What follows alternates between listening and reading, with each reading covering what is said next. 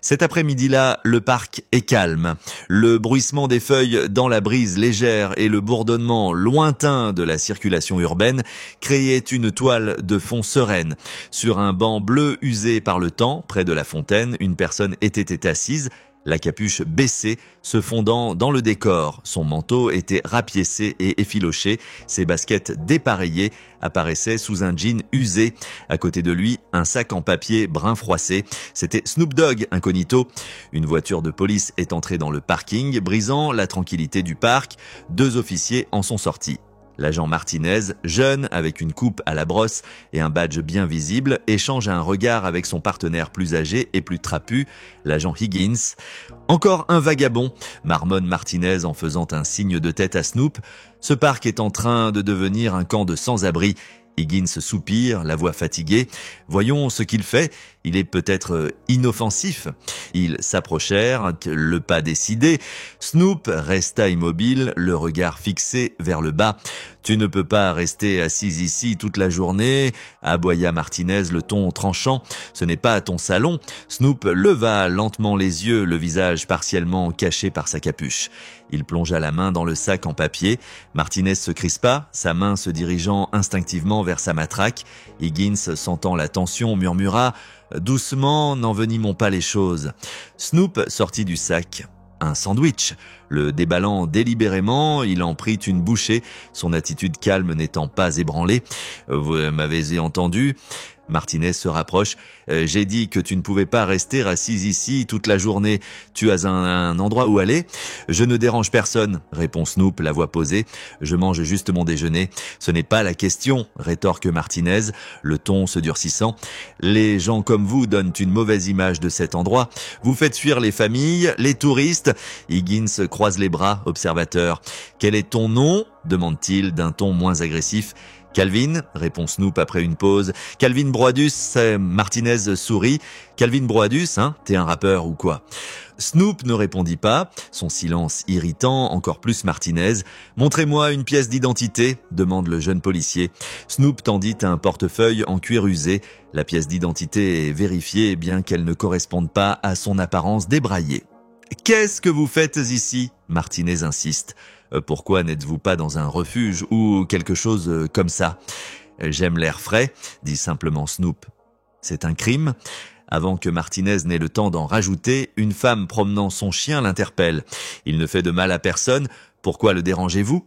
Martinez s'est tourné vers elle, le ton sèchement. « Madame, cela ne vous regarde pas. »« C'est un parc public, » rétorque-t-elle. « Il a autant le droit d'être ici que n'importe qui d'autre. » Higgins lève une main apaisante. « Madame, circulez s'il vous plaît, nous ne faisons que notre travail. » Alors qu'elle s'éloigne, Snoop demande calmement « Je suis libre de partir. » Higgins acquiesce. « Vous n'êtes pas en état d'arrestation. » Snoop s'est levé et a ramassé son sac en papier. Plus grand que les officiers ne l'avaient réalisé, il ajusta sa capuche, révélant un aperçu de ses cheveux noirs. « Passez une bonne journée, » dit-il d'un ton acerbe.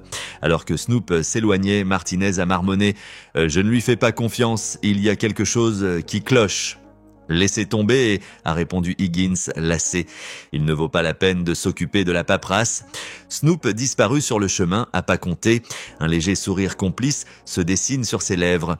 Ce n'était pas le cas, l'officier Martinez n'était pas prêt à reculer. « Non, ce n'est pas le cas », s'emporte-t-il, la frustration à son comble. « Ce type se joue de nous, je le sens. »« Sentez-le tant que vous voulez », a répondu l'officier Higgins. « Vous n'avez rien contre lui, laissez tomber. » Pendant un instant, Martinez a semblé vouloir argumenter, le visage rougi par la colère et l'humiliation, puis il a reculé à contre-cœur, la main lâchant sa matraque. « Très bien », a-t-il marmonné en serrant les dents. Snoop, toujours assis sur le banc, n'a rien dit, observant en silence les officiers retourner à leur voiture de patrouille. Alors que Martinez atteignait la voiture, il s'est arrêté et a jeté un coup d'œil par-dessus son épaule, croisant le regard de Snoop. Un défi tacite est lancé entre eux dans la voiture de patrouille. Higgins soupire en démarrant le moteur. « Vous devez laisser tomber cette affaire, ça n'en vaut pas la peine. Ce n'est pas une question d'ennui, » a marmonné Martinez en regardant par la fenêtre. C'est une question de respect, ce type se croit intouchable, il ne l'est pas. Higgins secoue la tête et s'engage sur la route principale de Central Park. « Laissez tomber, nous avons mieux à faire. » Mais Martinez ne pouvait pas laisser tomber. Les questions se bousculent dans son esprit. Qui était ce type? Pourquoi se comportait-il de manière si intrépide? Et pourquoi avait-il l'impression de cacher quelque chose, même si rien ne le prouvait? De retour sur le banc, Snoop regarda la voiture de patrouille disparaître. Il sortit un sandwich du sac en papier posé à côté de lui et le déballa avec une précision calme. Ses yeux se sont brièvement portés sur le bouquet d'arbres voisins où un homme en sweat à capuche gris se tenait debout et l'observait. L'homme s'avance prudemment. « Comment ça se passe ?» demanda-t-il à voix basse. Snoop prit une bouchée de son sandwich avant de répondre. « À peu près comme prévu. Ils sont méfiants mais n'ont encore rien compris. »« Tu penses qu'ils vont revenir ?» demanda l'homme, les mains dans les poches. « Ils reviennent toujours !» dit Snoop avec un léger sourire. « La curiosité a raison de...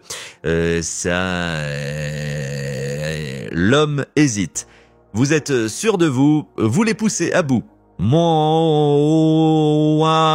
c'est le but, » répond Snoop. « Je veux voir jusqu'où ils iront. » Non loin de là, un jogger s'est arrêté pour lasser sa chaussure, jetant un coup d'œil aux deux hommes avant de poursuivre sa route.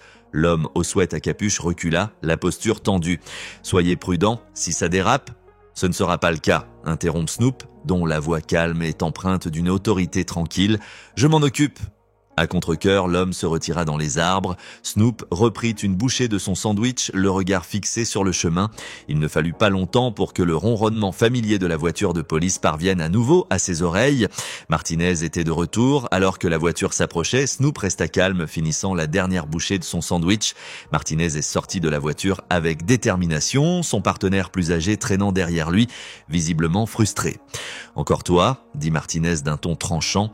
Ses yeux se dirigent vers le sac en papier vide avant de revenir à Snoop. « On ne vient pas d'avoir cette conversation ?» Snoop lève les yeux. « Nous l'avons fait, » répond-il d'un ton égal. « Je n'avais pas réalisé que s'asseoir sur un banc était un motif de seconde visite.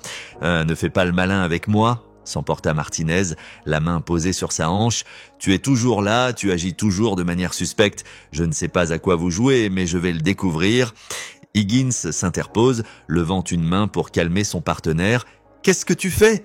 demande-t-il fermement. « Nous l'avons déjà innocenté. »« Il prépare quelque chose ?» insiste Martinez, dont les yeux ne quittent pas Snoop. « Je le sens. »« Ce n'est pas comme ça que fonctionne la loi, » dit Higgins exaspéré. « On ne peut pas harceler quelqu'un parce qu'on en a envie. Alors pourquoi est-il encore là ?» Martinez réplique. « Les gens normaux ne traînent pas comme ça. » « Des gens normaux ?» répète Snoop d'un ton calme mais précis. « Qu'est-ce que ça veut dire exactement ?»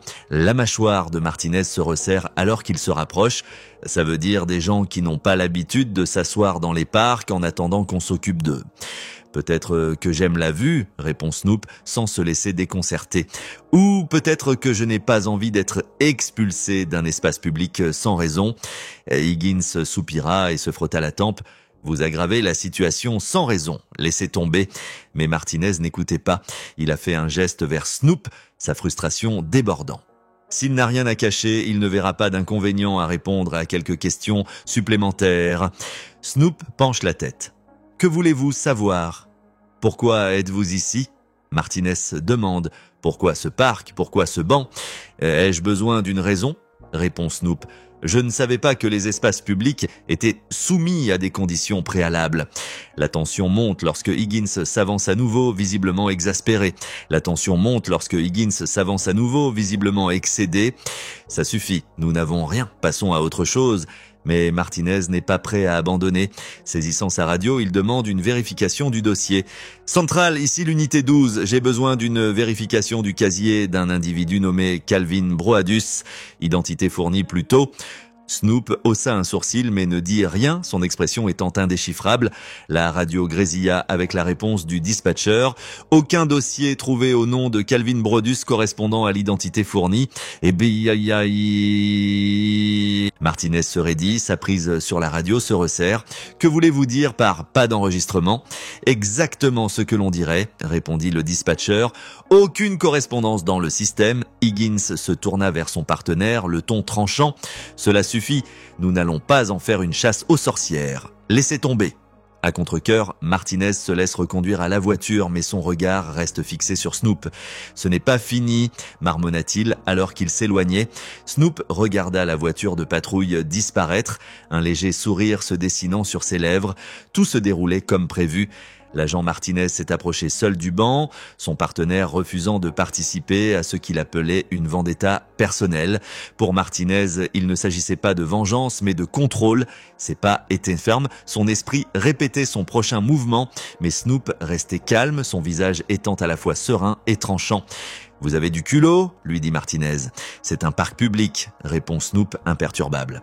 La frustration de Martinez monte d'un cran. « Vous avez joué à des jeux toute la journée ?» Snoop sourit faiblement. « Tu veux vraiment le savoir ?» Snoop sort un élégant smartphone noir et touche l'écran pour faire apparaître un flux en direct capturant chaque mot que Martinez lui a adressé ce jour-là. Martinez pâlit à mesure que les implications se font sentir. Il demande « Qu'est-ce que c'est ?» Snoop répond calmement, c'est un flux en direct. Des millions de personnes t'ont regardé toute la journée. Martinez trébuche sur ces mots, réalisant que ses actions sont désormais publiques. Snoop s'est levé, sa voix tranchant la tension. Je ne suis pas Calvin Bruce, je suis Snoop Dogg. J'ai testé la façon dont des gens comme vous traitent ceux que vous considérez comme impuissants. La panique du policier s'accentue, la foule se rassemble, les téléphones se lèvent, les équipes de journalistes documentent la scène. « Je t'ai donné des choix », a déclaré Snoop. Tes actions sont les tiennes. La foule murmure sa désapprobation tandis que Martinez tente de se justifier. Mais Snoop essaie de rester inébranlable. Il ne s'agit pas d'un seul policier, a-t-il dit aux spectateurs. Il s'agit de l'obligation de rendre des comptes et de la manière dont le pouvoir est exercé. Le capitaine Jane Monroe, du service des affaires internes, est arrivé, réduisant la foule au silence par sa présence autoritaire. Se tournant vers Martinez, elle lui dit froidement « Remettez votre badge et votre arme ». Snoop, imperturbable, ajoute « Il ne s'agit pas de moi, il s'agit de s'assurer que cela n'arrive à personne d'autre ». La scène s'est terminée avec Martinez faisant face aux conséquences de ses actes, tandis que Snoop s'éloignait, laissant derrière lui un rappel puissant de la responsabilité et de la justice, traduit avec dipel.com version gratuite.